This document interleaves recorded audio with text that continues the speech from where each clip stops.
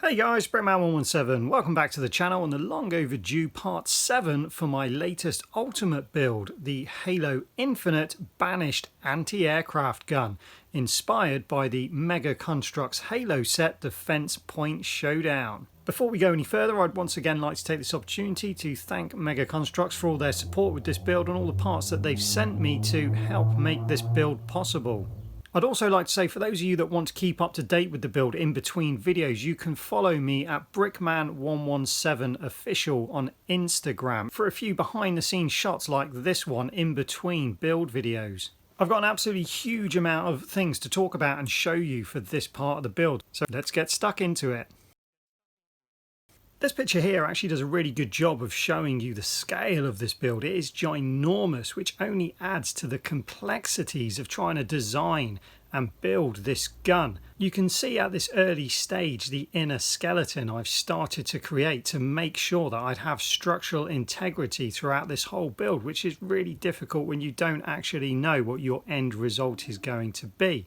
I needed this inner structure to be strong enough to carry the end weight of the gun, as well as allowing me to create some kind of lighting system inside, as well as the ability to elevate the gun through various degrees of motion. I wanted to be able to have the gun facing up or horizontal, and eventually I want the gun to be able to rotate on its mount as well, which is another story altogether for another video. But you can also see in this picture that I've had to create some very unusual angles, and I've had to go through all sorts of building techniques to create the desired shapes that I wanted to for this build. In fact, I've used pretty much every trick there is in the book. I've even used some building techniques some would consider to be unnatural.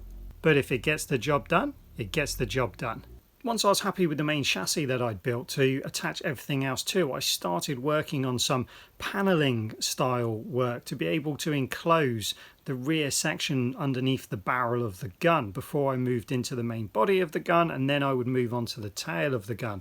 I didn't want to have just big square blocky sections because the gun doesn't look like that, although it's incredibly difficult to stay away from that when you're building with blocks. You can see here in this video I managed to use a variety of different slopes, both inverted and regular, to try and create this kind of barreled effect that wraps around the underneath of the gun. This was a huge amount of work and it took a few rebuilds, and it doesn't actually look like this in the game. It doesn't have that striped effect, but I've said before and I'll say it again, for this build to stay interesting I have to be able to give it my take. So this isn't a like for like replica, it is supposed to be my take on the Banished AA gun. And once I'd finished both sides of these, I was happy with that. Was the way I wanted it to go. When you look at it from the front, it just gives it a more dynamic shape rather than just one big square. Once I'd finished this section of the build, I released a few more images on Instagram, as I was really pleased with the progress so far and figured that the worst part of this build was behind me. Oh, how wrong I was. Although this next part of the build, as you can see here in this video, is possibly the most simple and boring looking part of the build, the main center section of the gun where it pivots, it was by far the most taxing and frustrating. It had to be the most important structural part of the build because everything's kind of connecting into it, but I had to get the aesthetics right as well, or the rest of the gun just wouldn't look right.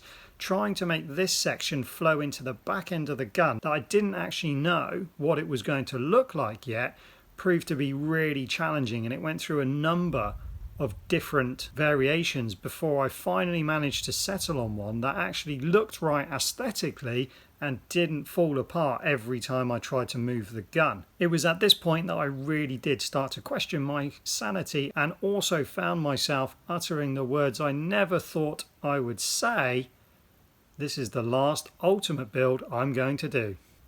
But we've all said things we don't mean when your chips are down, so let's just forget I ever said that.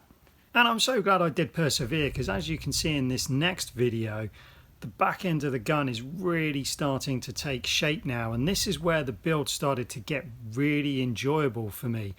all the work and effort and perseverance I'd committed to this build so far, creating the front section and the pivot section for the main body, was all of a sudden showing its worth now that I had the back end of the gun in place. It really balanced the gun out and showed me what I had to work with. So as you can see, even in this unfinished state across the top of the gun, I've managed to create a fair bit of detailing, and this is what I really enjoy with MOC building, putting your own flair on it, these minor tiny details that speak volumes for the end result of the MOC.